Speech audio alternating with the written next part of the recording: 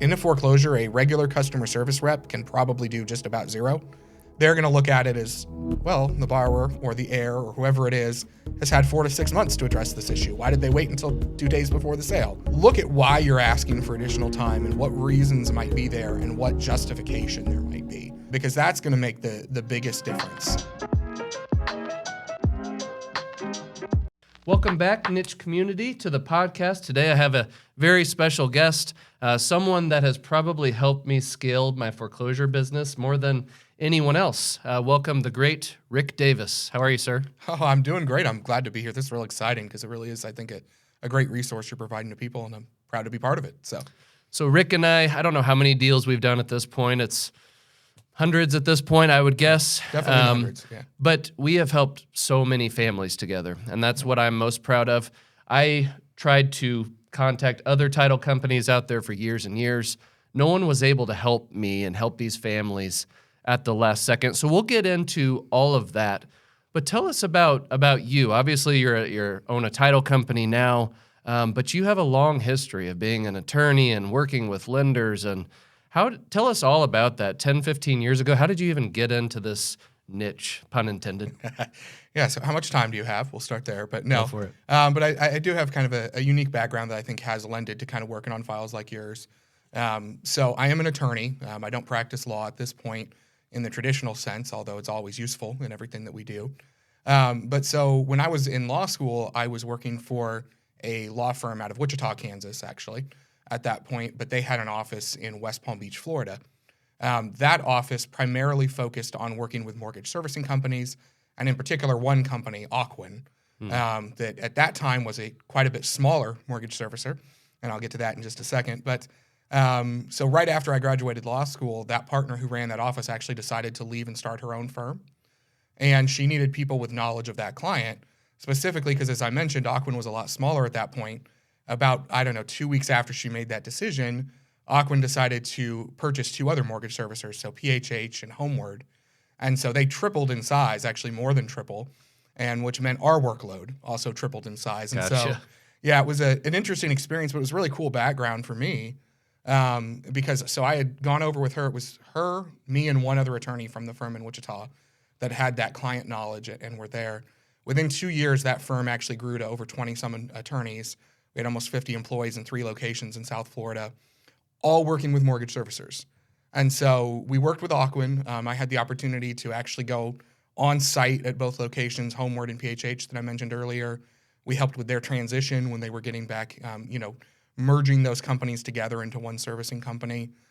We also, and this is what really lent itself to kind of the foreclosure work now, one of our main jobs that our firm was doing is we were the kind of escalated contact for foreclosure attorneys throughout the entire United States.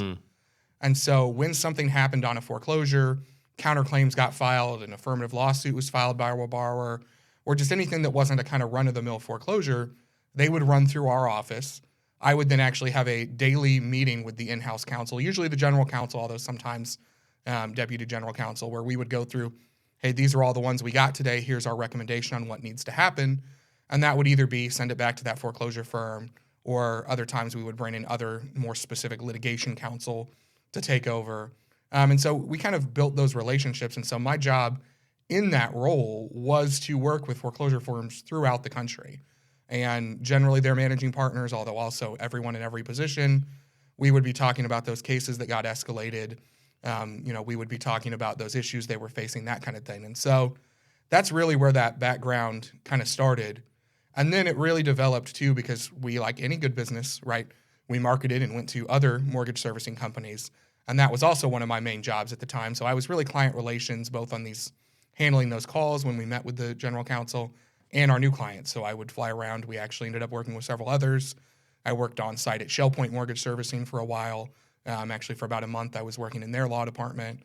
And we would go to conferences and events throughout the country where we would meet, the managing partners of all these foreclosure firms. And so that's really the background and kind of the unique thing, I think, that got me to where I can do some of these things that maybe some other title companies or even attorneys can't do as much, just because I know these people. And so when I pick up the phone and call, it's not some random whoever. It's, hey, remember when we golfed in Lake Tahoe? Yeah. Or whatever that is. And hey, we got to talk about this file. And so that background, I think that I went a little more in depth there. I'll fast forward a little bit. After I left that firm for various reasons, it's a whole nother podcast of itself. I started my own law practice in Kansas City, where I was working with real estate investors, on their legal matters, half litigation, half transactional. And I opened a title company as what I thought at the time would be a side project. It correlates, right? I was doing some transactional work. We could issue some title insurance. Life would be good. And I fell into a niche, pun intended, again, of real estate investors that really just had that need for both these foreclosure work, fast closings, those kind of things. And so title company's been open about 4 years. I closed the law firm 3 years ago, and it's been beyond full time at this point. So, I would imagine yes, so. So you probably experienced all kinds of stuff back in the recession, all the foreclosures going on back then, experienced all the things with these lenders. What were the big takeaways? I don't know, the top 2 or 3 things that you learned that might be valuable for this audience to know? Yeah, I think one of the things I would say, depending on kind of what type things you're doing and what your plans are, but relationships are huge.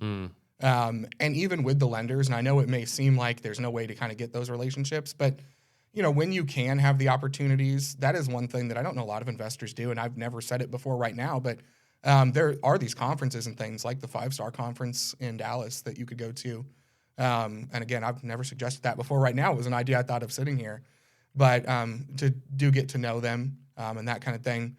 And I think beyond that, it's being incredibly flexible and willing to work. And I think that's why we have done so many.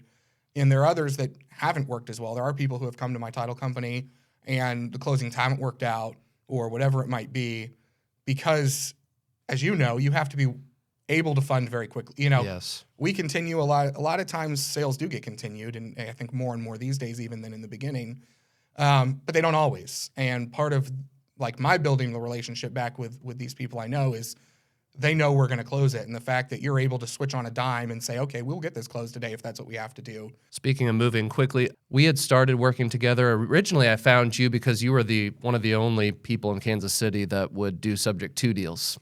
Okay. So we found each other that way. And I'm like, hey, I'd heard that you had done foreclosures. Like, let's check this out. Well, I submitted this over to you. And then by noon or 1 o'clock on Monday, you're like, oh, yeah, we're ready to close. Are you guys ready to fund? So we did fund. We helped this family. And I just kind of sat there dazed. Like I was just so confused as to how we closed this transaction in a few hours. Did we do some sort of witchcraft or something? So that process right there blew my mind. I had been a part of a lot of other title companies, and they would take 2, 3, 4 weeks sometimes to close. And right then I knew, wow, I can scale this company. I can help a lot more families. I don't know if you remember that story, but if you would share, a couple of your favorite stories, it doesn't have to be my deals necessarily, but ones that you're particularly proud of and how you served a family or an investor. Yeah. Well, there has been a lot of them at this point. I think that not always, sometimes we get the people that come and they're in foreclosure because they didn't want to pay their bills and they're a jerk and they yell at everybody and that's all. But that's far and few between, really.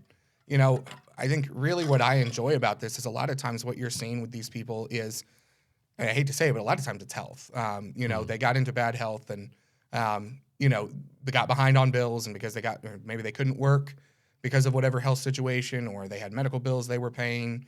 Now all of a sudden they're in foreclosure. Or the other side, obviously, being a lot of people that inherit too. But I can think of lots of situations like that. I can think of one seller in particular that was crying about just getting through cancer, and we're worried that they were going to lose their house and everything else. And obviously they didn't keep the house, they sold it, but at least they were able to make money, made a little money out of the deal. They were able to, kind of move on to the next thing. And so there's lots like that. And I think to me, it is surprising how many people there are that, have just gone through that. The health situations is really what I see a lot. So, right. Yeah. So one of the first questions I get when people come into this space, they want to help families in pre-foreclosure is, well, where's the data, right? So I've automated a process to where we've got data nationwide. The second question is, how do I stop a foreclosure? So obviously I've got YouTube videos and things out there that describe that, But can you kind of bring us behind the curtain of your life and in your position? Like, what does that look like for you?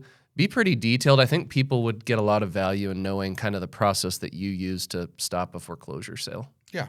So I think you mentioned a bit ago, was it wizardry or something like that was your quote. Sometimes I think that does come around. I get this kind of people call me who I've talked to for the first time, and they do think it's wizardry and just magic. It is. And yeah. But I think the biggest thing is to know whenever you come into a transaction, be ready if it's not going to be continued. And so I think that's the biggest thing I'm going to say. Not every sale is continued. Yeah. And what is the reason? And so, a lot of times when I do get new people that call me that maybe something doesn't work out or whatever it might be, they just call up and go, we got this under contract. We need a month to close, make it happen. And it's like, I can't even ask for that. If your only reason is, just because you want some more time, the lender's not going to listen to that. But if the reason is, hey, this property needs to go through probate and we have probate that needs to be finished, or there's a second lien and we have to get the second lien taken care of.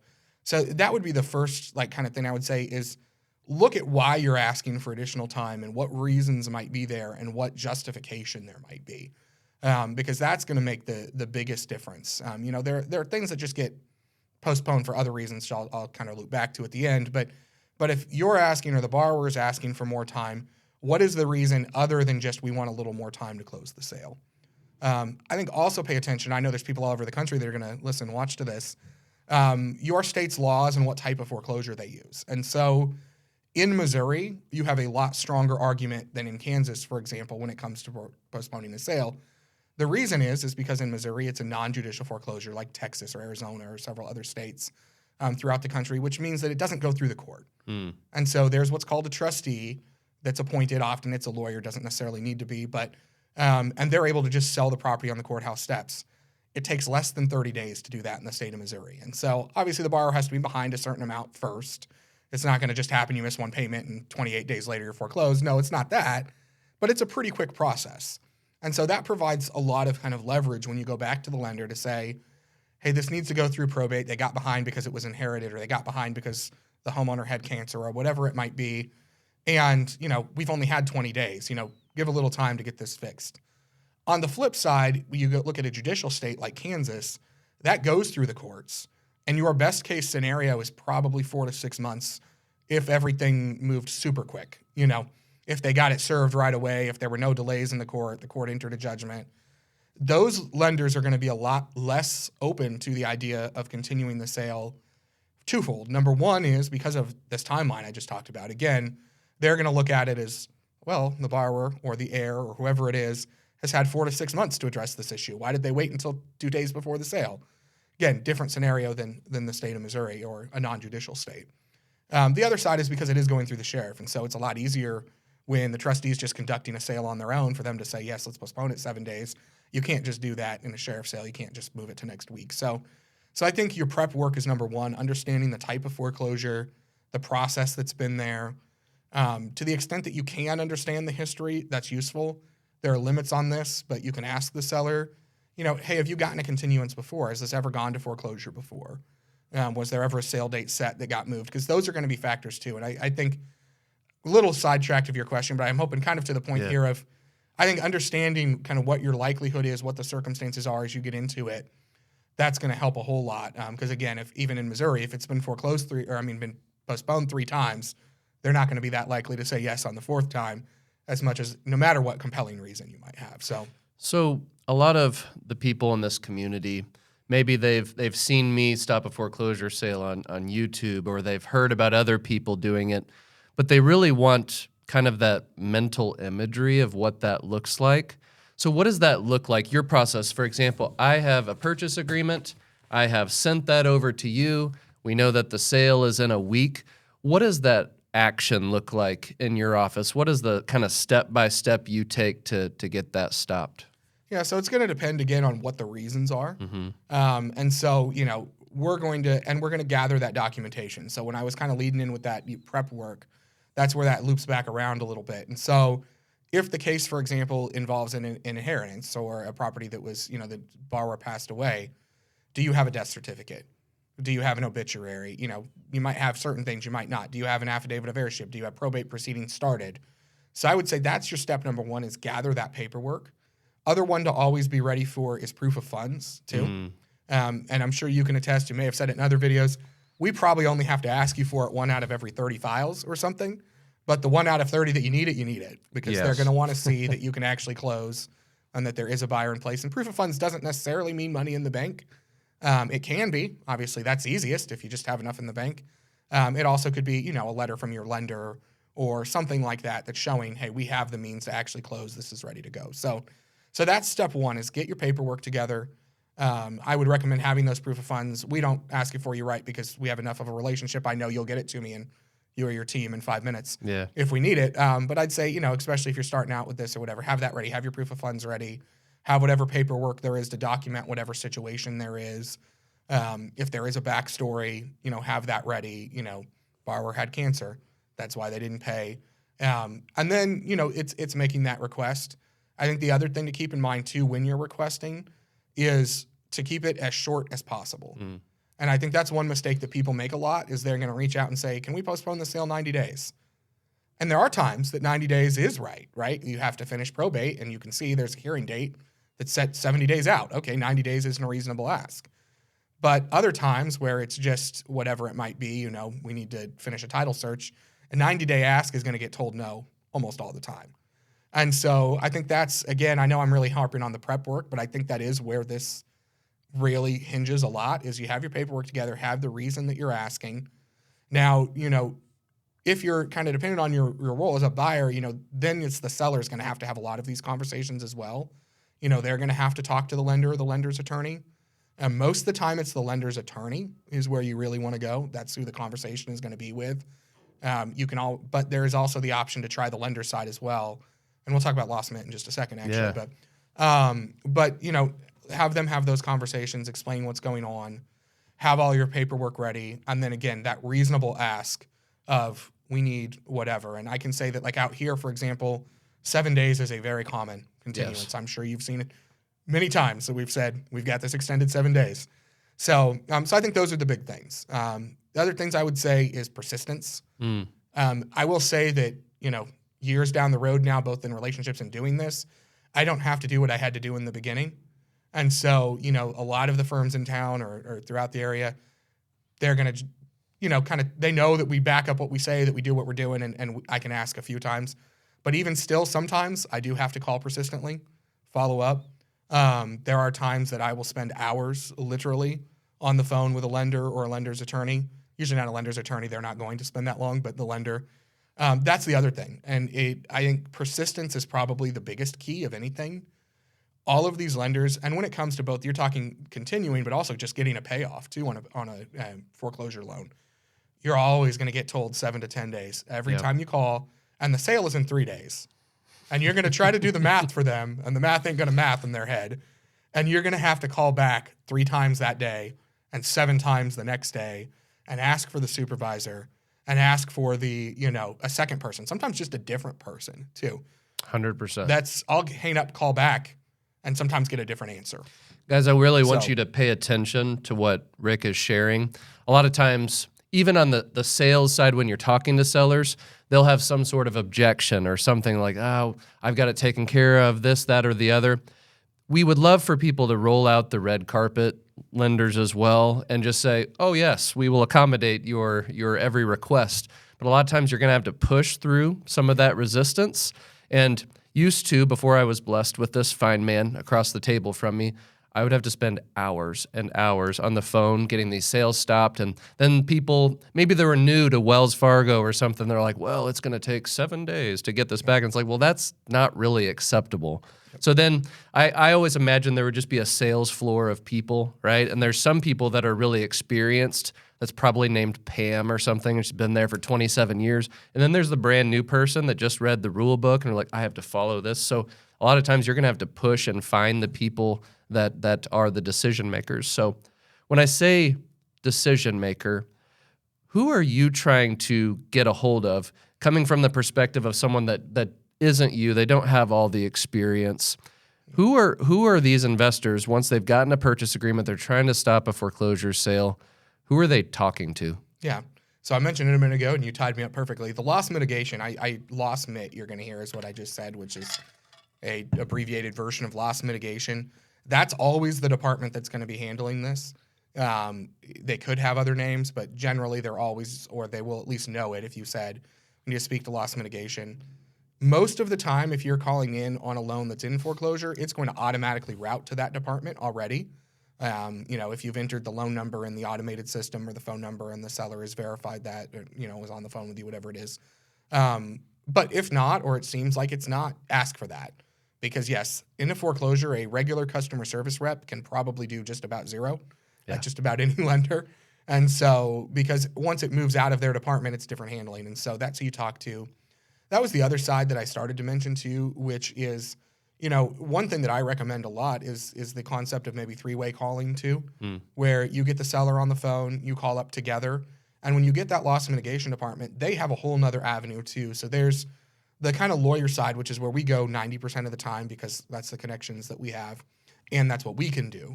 That's going to be looking at the logistical stuff like we talked about. Like there's a hearing in that probate next week. We need 2 more weeks.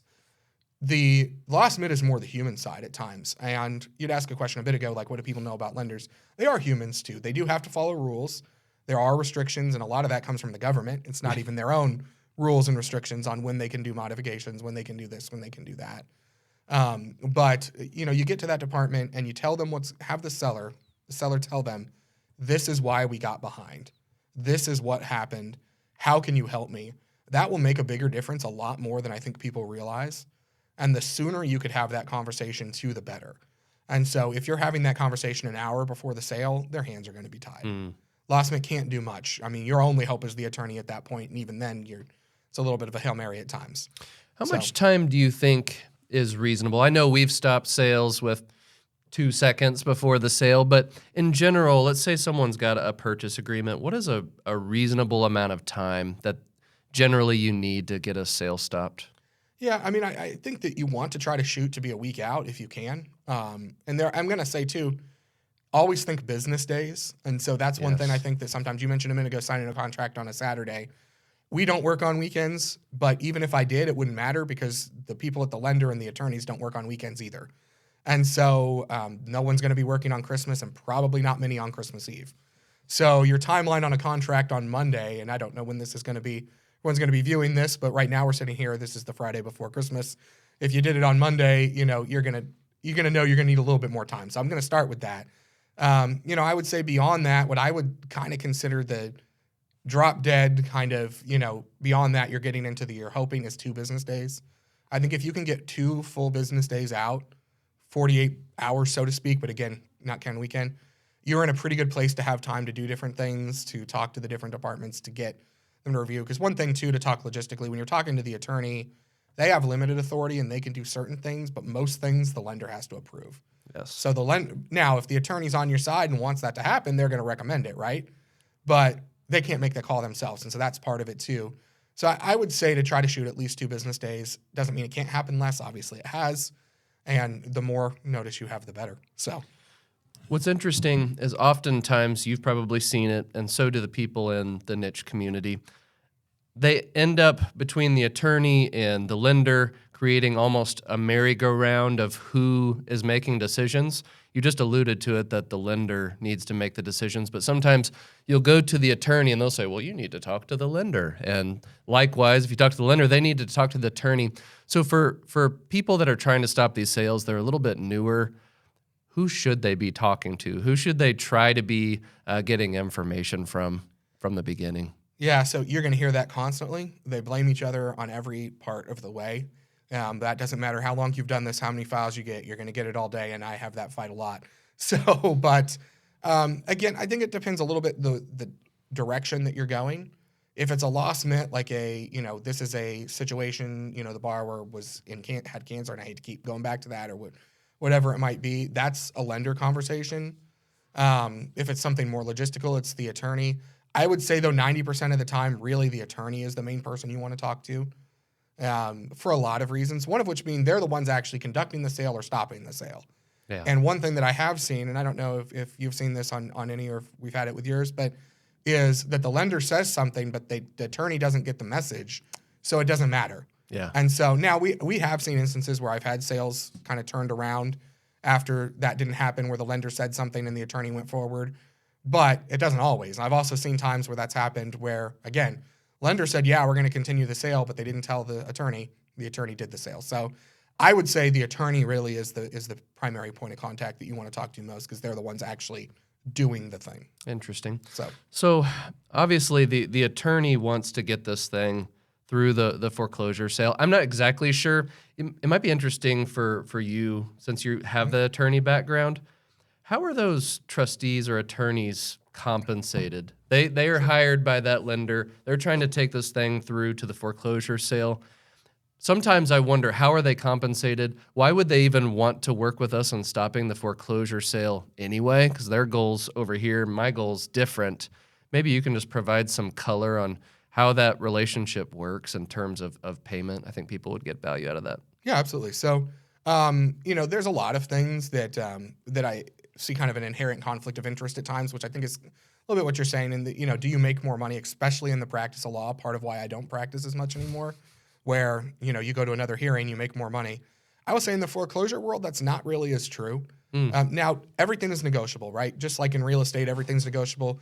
Attorney fees are negotiable. They can all bill a different way. But there are the Fannie and Freddie guidelines there. You can actually just search this, allowable foreclosure fees that are set per state, that set forth kind of what they will approve, Freddie and Fannie, which then often carries over to other lenders. And whether it either be because it is an insured loan or otherwise, they just follow similar procedures. And most of the time, foreclosure firms are billed on a milestone basis. And so, you reach, let's take a judicial foreclosure. So you're going through the courts. The title search is complete. You get paid a certain amount. Also, the title search gets paid too, but the attorney gets a certain amount for reviewing. You draft that petition that's filed with the court. You get paid a certain amount. Whatever it might be. If you're talking about kind of at the end stages where we're talking about here, the attorneys aren't really making much more money. They've made the majority of their money already. And I will say that the attorneys that I deal with, not to say that there aren't some that aren't, a little more money hungry. Maybe that was South Florida back in the day. But a lot of them, there isn't a huge financial incentive to them. They're going to get paid. And keep in mind, they're going to get paid for, like, if there's a continuance and they have to draft paperwork, they're going to get paid for that. So they may end up making the same amount or sometimes more on a file that doesn't go through foreclosure than they would if it goes through foreclosure. So their interests really are similar to yours. I think you're talking about the mechanics, the behind the scenes. Most foreclosure firms, though, are very high volume commodity practices. And so they're handling hundreds and hundreds of files. Yeah. And, so I think, and they don't make very much on each particular foreclosure. Again, there's those allowable fees and they're not great, and so I think where you might feel at times like maybe they don't align with you on your interest, it's more that they're overworked and don't have the time to be calling the lender 4 times to figure out why they haven't given them an answer. So I think maybe that might help understand a little behind the curtain more. I don't think they have a huge financial incentive most of the time to go against it. It's more just overworked, busy. Interesting. So, yeah. So obviously, these sellers, we wish they would come to us well in advance, to where we had plenty of time. But many times they wait till the last minute. I call them last minuters. It's the day or two before the sale. And oftentimes, Rick has worked his wizardry, or maybe you in the audience have stopped a foreclosure sale right before. But sometimes the lender is just not willing to work with us. They're not willing to give a postponement or a continuance. What are the options that we have at that point? What can we do to serve these people when the lender's just like, no? Yeah. So, I mean, there are a couple different ways, and part of it is going to depend on the state, too. And so, I will say there is always the bankruptcy option. I will caution they should always talk to a bankruptcy attorney, make sure that makes sense for their financial picture in whole. Many times it will. Obviously, if they're in foreclosure, they probably have other debts. They probably have other obligations. But that is one thing. You can always explore that. As a quick background, I'm sure you've covered it tons in your other videos. Could you actually provide some more clarity on that? There's this thing going on around the country to where a wholesaler will lock up a contract. It'll be a day or two before the foreclosure sale. And they're not thinking through bankruptcy law and the ramifications of that. They're just like, I want to make my fee. And they're telling people, hey, you can go file bankruptcy, you can do this, you can do that. Talk about some of the pros and cons of bankruptcies for sellers, what the ramifications can be, and why it's very important to not be giving, advice as an attorney when you're not one. Yes. So I'm glad you brought up that point, because that is actually kind of a significant issue that does happen at times, because I do see wholesalers like that we'll just file a bankruptcy and dismiss it. So, one thing to keep in mind, and you kind of alluded to this at the end, is whether or not it's bankruptcy fraud. And so, is there a whole lot of prosecution of that these days? I don't think so. Is there the potential of more of that in the future? Yes. I do know, and I'm not going to call out any names, but one attorney law firm here locally even that has really kind of gotten frustrated with it and wants to crack down on that and has pushed. So what do I mean by bankruptcy fraud? And so the question is there an actual intent to move forward with the bankruptcy, or is the bankruptcy just for the purpose of stopping a sale? And there are other ways to stop, and we'll talk about that. We started down that path. We'll go back there. But if you're really just doing it, and things to look at, because what I'll see, too, is, was the filing fee paid, or was it just an application to pay it later? Were the petitions prepared? Was the paperwork all correct? Do those things get done? Those are the things to look out for, is making sure that there is an intent to move forward. It's kind of like wholesaling too. When you get a contract under contract, do you have the intent to move forward with that? Or are you just making offers willy-nilly, knowing you're going to go back and negotiate later because you offered too much to get it under in the first place? Same idea here with the bankruptcy. Are you just doing that to stop it and that's it? Or is there a need? And so you asked, what are the ramifications? And, beyond that side, the fraud potential side, there's the part to the seller. And a bankruptcy does affect your credit once it's filed. Whether you go forward with it or don't go forward with it, there's going to be what's called a public record. It's going to pull up on their credit report. And there are going to be certain things. Again, now not most, all sellers are probably in a bad financial situation if they're in foreclosure, right? But, there are times where there's a one-off where maybe it's inheritance, for example. So the loan was just not paid. I just had this last week. The guy was like, he said, why didn't you pay? And he goes, well, I didn't pay because I inherited it. It wasn't my loan, and so it may not make sense for that guy and I don't know what his credit was, but if he's got a 700 credit score and's never made a late payment, it's not going to make sense for him to go file a bankruptcy just to stop a foreclosure. And they do stay, they stay on your credit even longer than foreclosures. Foreclosures generally drop off in 7 years. A Chapter 7 bankruptcy is 10. So you're going to have even longer, credit effects from that kind of thing. And so those are just the things to think about. And I would be very cautious, yes, when a wholesaler is saying, let's go file bankruptcy.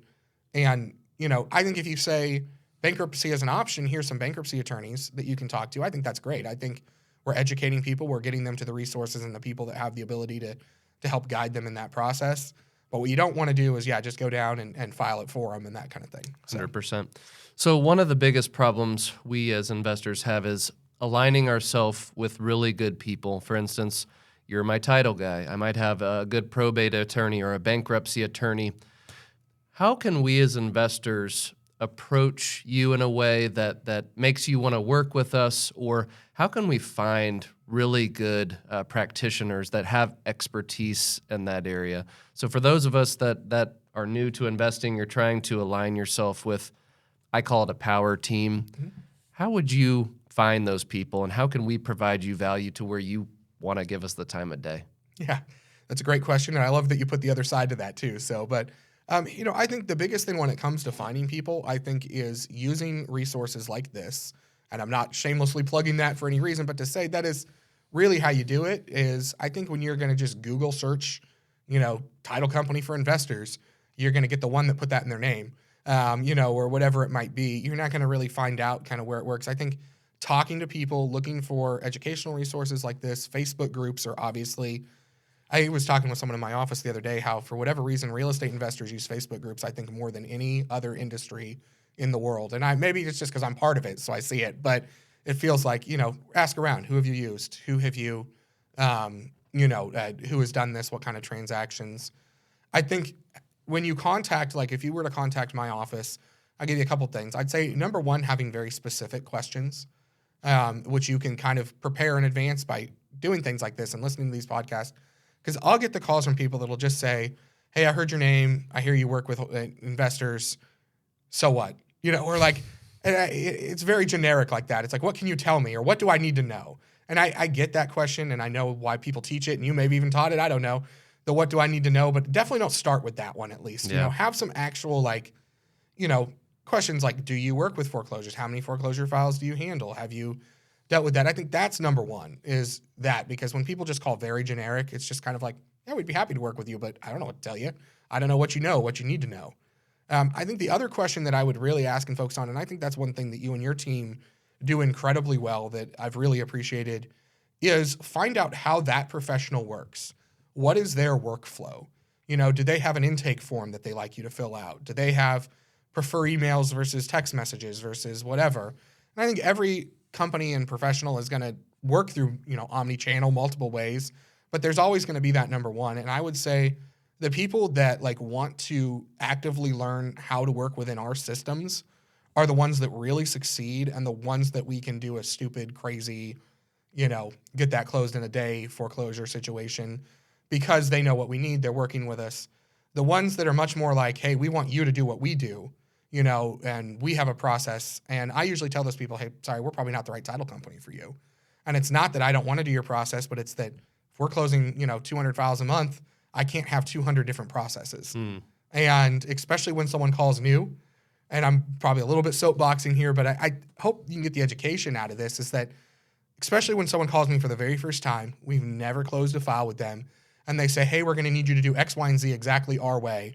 And it's like, no, we're not. Like, I can't do that for every person that calls. Maybe if we've done a bunch of deals together, we can. So I think that's my best advice, is try to learn how to best work with the professional that you're working with, how to support and help them, ask them as opposed to guessing. Because sometimes when people help us, they actually countermine a little bit because they don't know what helps and what doesn't, or we get conflicting messages to sellers. That's the biggest thing is, and so that's what I would say, is just be open about that and say, how can we help work with you?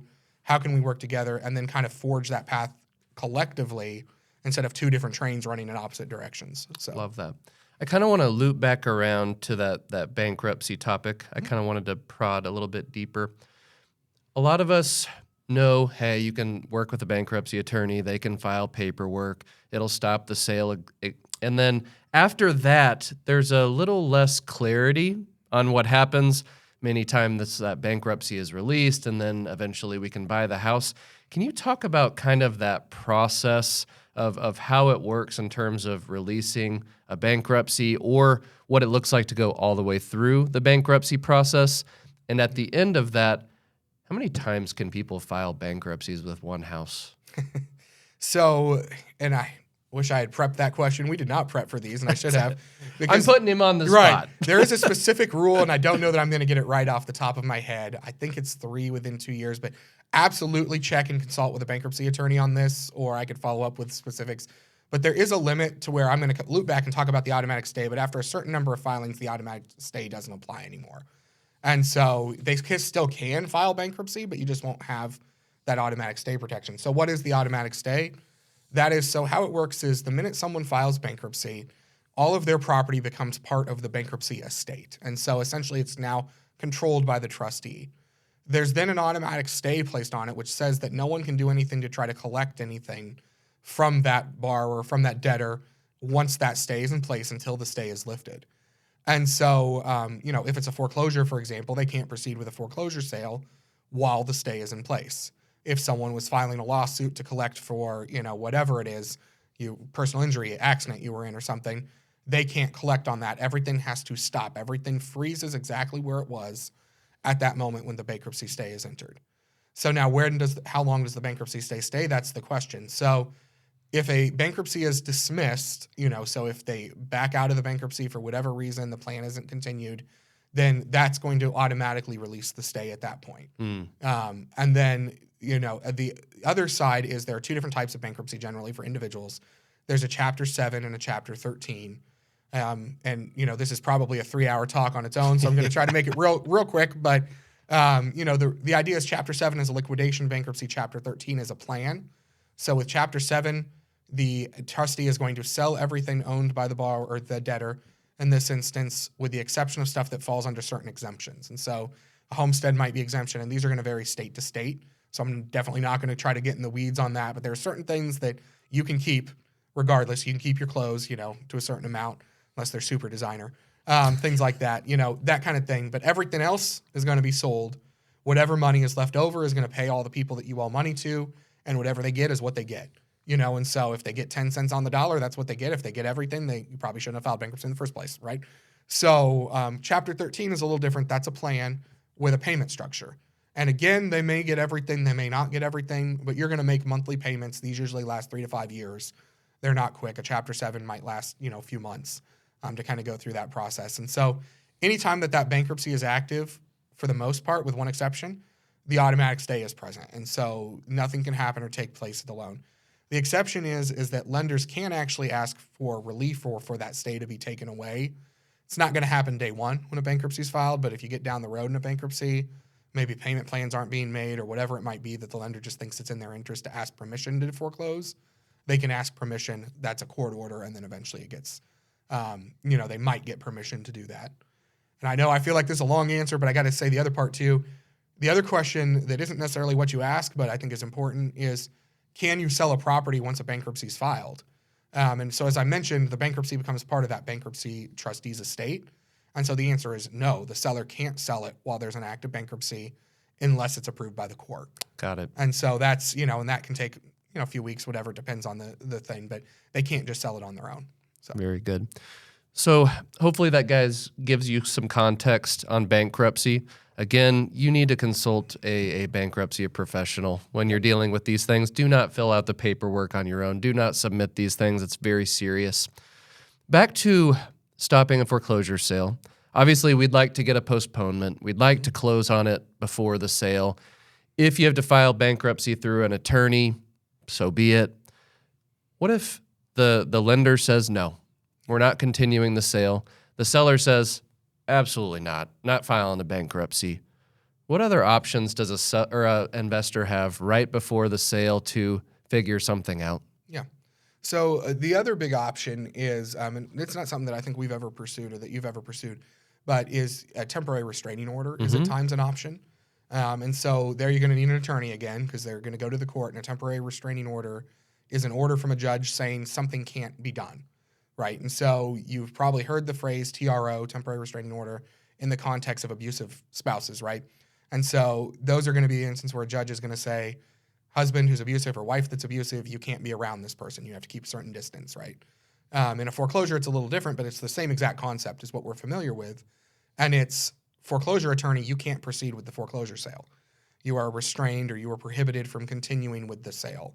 That is an option. Again, kind of like back to where we started today, you got to have reasons. You got to have, we've made honest attempts to try to get the payoff. We've been doing it for a week and they haven't provided it to us. This probate needs to be finished. Whatever it might be, that's that reason. You can't just say we're under contract. You have to have something a little more than that. But that's another option that can be pursued. What's kind of the timeline you've seen? Obviously, it varies from state to state and situation to situation. But in general, with those TROs, what type of timeline do you think we need to have to get something like that through? Well, yeah, it can vary a lot from court to court. And a little bit it's going to vary to what judge gets assigned.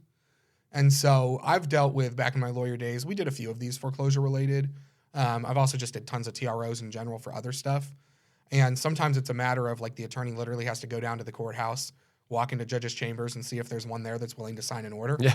And I've done that. I remember one Friday afternoon and Judge Vano in Johnson County signed a TRO. This was a construction litigation case, but I had to just knock door to door and see if anyone was available. So, it can be done kind of last minute like that.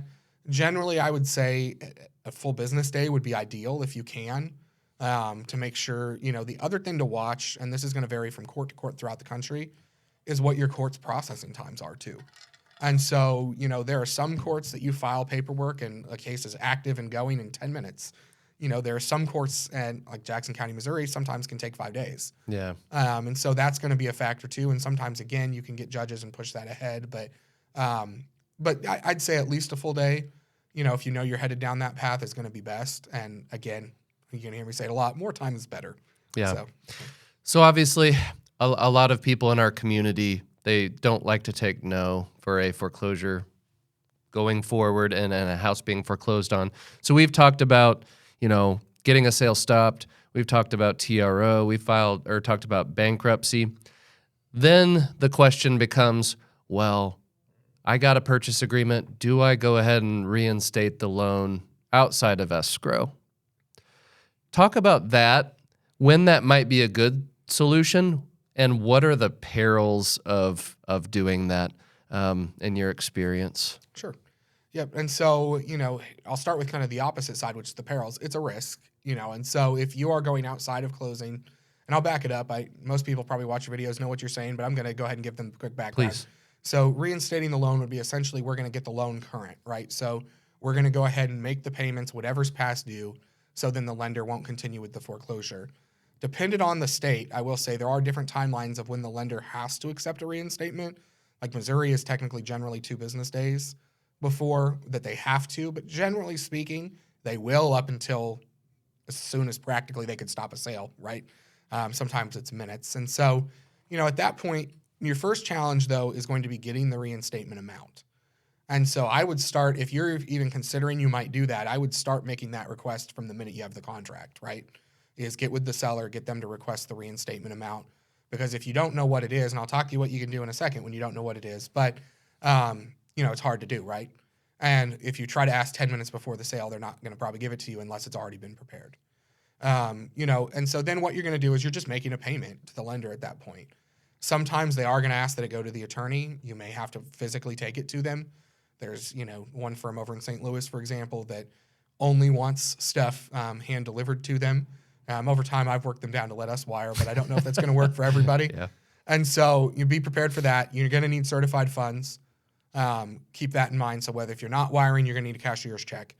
Make sure that you know that. And then, your risk is you reinstate this loan now for the borrower or seller, and then the seller says, never mind, we're not going to sell to you anymore. There are a few things you could do, and again, talk to your attorney. Every state is different. You could potentially do a second or third or whatever number lien it is on the property that they have, where you have them sign a mortgage or deed of trust that you're loaning them the money.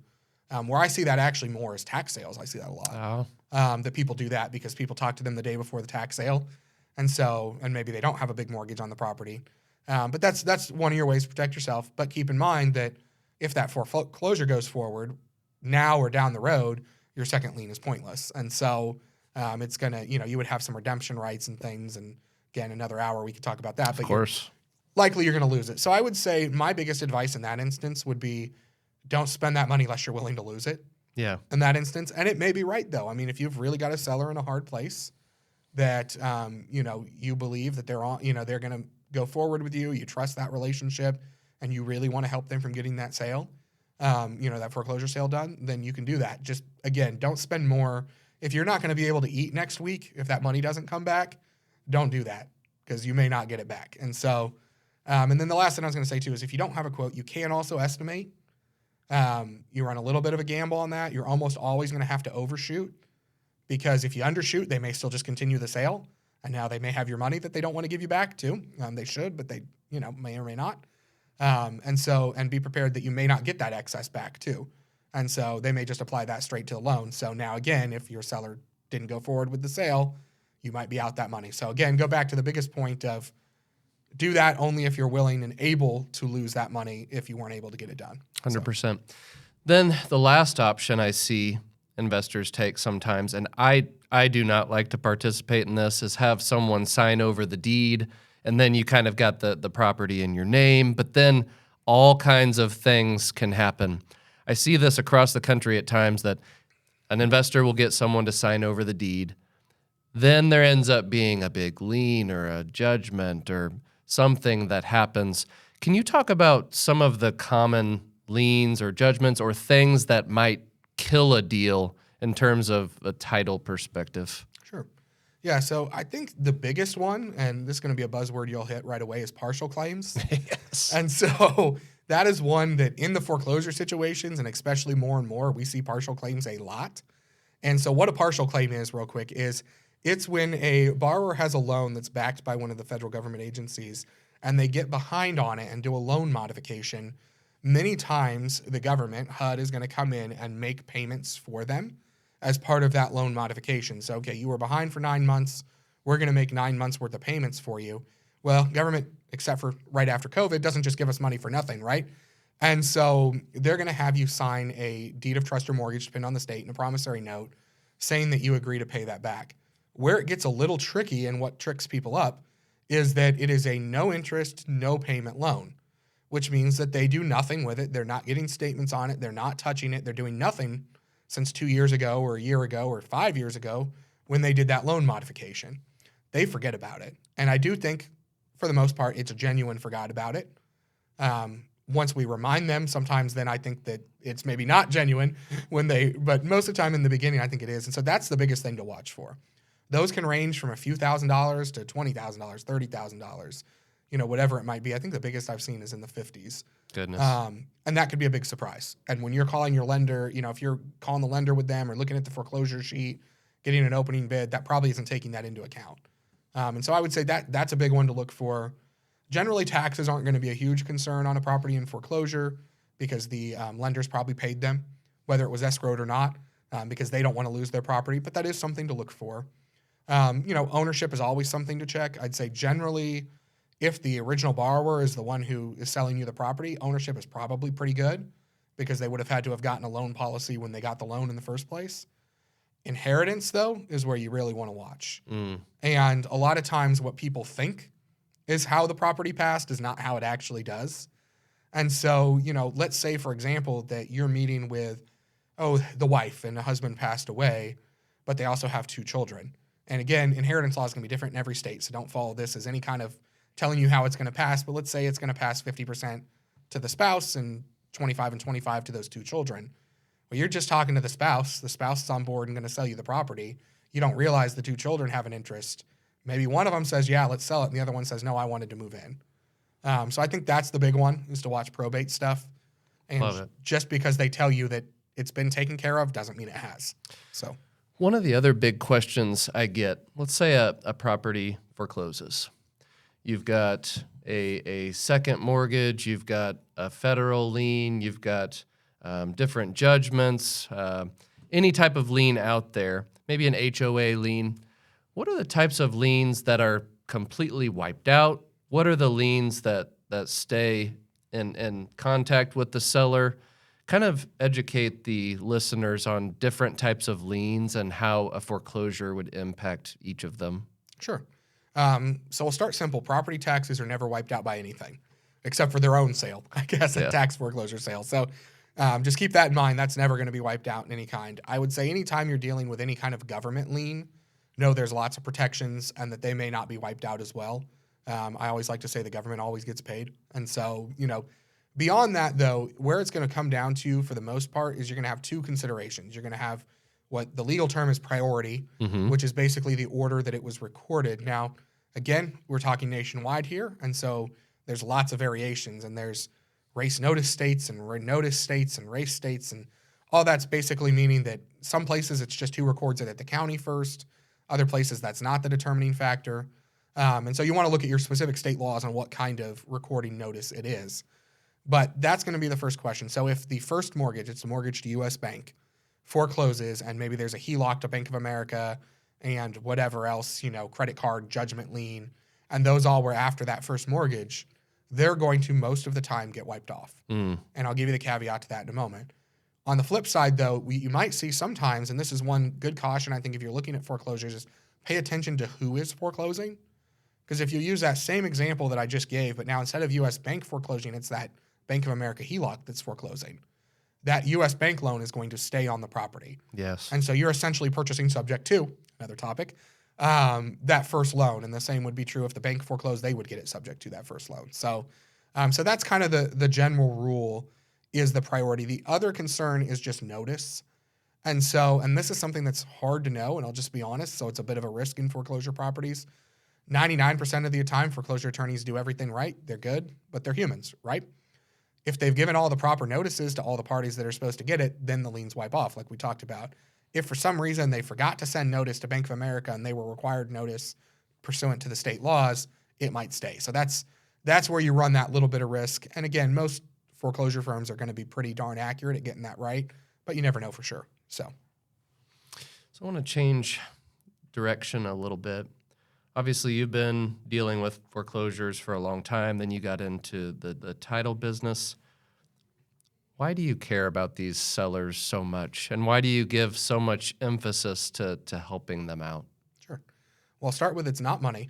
And so, and I joke, but it's funny because even a simple foreclosure file is about twice the work of a regular closing, even if everything goes right. So definitely hasn't been that. No, I do personally just have a strong belief that, everyone has a right to pay off their loan. Everyone has a right to do what they can to protect themselves. And I've got to be careful. I represented lenders for a long time, and I don't want to badmouth lenders in any way. Yeah. And a lot of it is just the way the corporate works. But there are a lot of games that get played. And it's the stuff, we use this example early on. You're 3 days outside of a foreclosure sale. They want to get a payoff, and the lender says it's going to take 7 days. I philosophically just disagree with that. They had a loan. They have the right to pay it off, especially in a state like Missouri, where you only have 25 days, 30 days, when this foreclosure is taking place. It's not right. And if they can save their credit a little bit, they're not going to save it all the way by selling it to an investor prior to foreclosure, but they're going to save it some because they don't have the completed foreclosure at least. If they can make a little money, and that's usually the biggest difference, is they'll often make a little money that they might not have made if it was foreclosed on, that kind of thing. I think they have the right to that. And so to me, it is, I didn't get into law. I got into law for the money. I didn't get in for this philosophical help people, but as I've gotten into it, that is a big one to me that I've seen from both sides, representing lenders on their side and now on the other side is, don't play the games. They have the right to this information. Let's let them get what they can and salvage what they can out of whatever bad situation put them in that place to begin with. So love that. I got to know your secret sauce. Obviously, you have some proprietary stuff more than likely on how you can be so fast, but how are you so fast? Well, there a lot of it, and I don't actually know that there is a secret or that there is too much proprietary. It's a couple things. Number one, it's a decision to do that. I think that's the biggest difference between my title company and whoever down the block that you go to. Most title companies are built for a retail transaction, right? They are built for the typical buyer-seller. They're going to involve a loan. And it's going to take 30 days. And so all of their workflows and processes are built on that timeline. I built my title company as a side project to my law practice for investors who I was working with at the time, knowing that, hey, our projected timeline is going to be a week, right? And so my workflows were just built differently. So I think that's a lot of it. It's not that I do anything secret or magic. It's that it was just built differently, right? It was a different structure. And so because of that, we do things like using contract abstractors to help do searches, which means we can contract and expand as volume goes. We can pull things up quickly, those kind of things. And so really that's what it is. It's more just about how it was built and the mindset from the onset versus the other way. So what is Rick Davis's why? Why do you do all this? Well, I love real estate. I will say that. I think it's really cool to see, and I could take it about 4 different directions when you talk about real estate, right? There is the first-time homeowner, and they walk into your office if a title company or when I was a lawyer or as an investor, and you see someone with a big smile on their face, excited to move into a home for the first time. You take the investor side, you get to see a property that you probably didn't even want to walk in to begin with, right? It's a hoarder house. It smells like cat urine. It's whatever it might be. And now it's the prettiest house on the block. Like, I think real estate is cool. And I've always kind of been a nerd like that. And that I just think it's fun. It's most people's most significant asset. It's the biggest purchase they're going to make in their life. And you get to kind of be a part of that. And so I don't know. I just find real estate fun. And I love going around the neighborhood and looking at houses for sale and things like that. So a couple more questions for you, and then we can wrap up. I'm a big vision guy. I like to think 3, 5, 10 years down the line. Sometimes it frustrates my teams. Like, why can't you think about today? You're always thinking about tomorrow. What does RD Title look like here in a few years? What's your vision that you can share with everyone? Yeah. So, I think that a lot more that we can get these systems in place and things. We did grow very fast. Very, very fast. It flipped from being a side project to being a full-time thing like that. And so a lot that we're working, a big thing that I'm working on right now is just getting my team to handle more of these kind of things on their own. I'm very transparent. And so my goal is to get a little more out of things. Because right now I work 90 hours a week and have been for years now. I also have some health things and things like that. And I just need to, that's the vision, is to try to maybe make it more of a system that runs on its own. So Love that. I'm going to give you a second to think about the last piece of advice that you would give investors or people when they're considering picking a title company. While he thinks about that, guys, we have the niche community. It's been launched for a few months. Seeing so many positive results for people that are joining the community, getting these houses under contract, serving these sellers, working with wonderful professionals like Rick. So if you want your data automated, you want to work with other people that want to sharpen their sword and are working nationwide with these sellers in foreclosure, the niche community will work perfectly for you. We would love to have you. Down in the description, there's a link that you can check that out more. Would love to have you. Rick, what's some final advice that you would have for the listeners? Yeah, awesome. I think fit. I think whenever you're talking to any professional, whether it be a title company or others, it's the right fit. And I probably work with as many investors in Kansas City as any title company, but not everyone is the right one for us. And I have those conversations with people, and I think that you should have it on the other side too as an investor. We may be right for you, we may not. It might be another option. And I would just say to make sure to find who you're comfortable with, who you have a good working relationship with, and who's going to make it fun to have those conversations and keep working, and that you'll want to show up for their podcast when they ask you to come. So, love it. If people want to get in contact with you, use your services, how should they reach out? Yeah, so my website is just rdtitle.com. Email is rick@rdtitle.com, and you can feel free to shoot messages through the website, give me a call, email, any of the above. So, got it. Guys, this man has helped my business out so much. I don't know how much money he's made me just because of his wizardry. He'll say it's not, but it is. So if you're in Kansas or Missouri, you're just in those two states, yes? That's correct, yes. If you're in those two states, give him a ring, send him an email. He would love to serve you, help these sellers out. Thanks for being here. Appreciate it. Thanks for having me. This has been fun.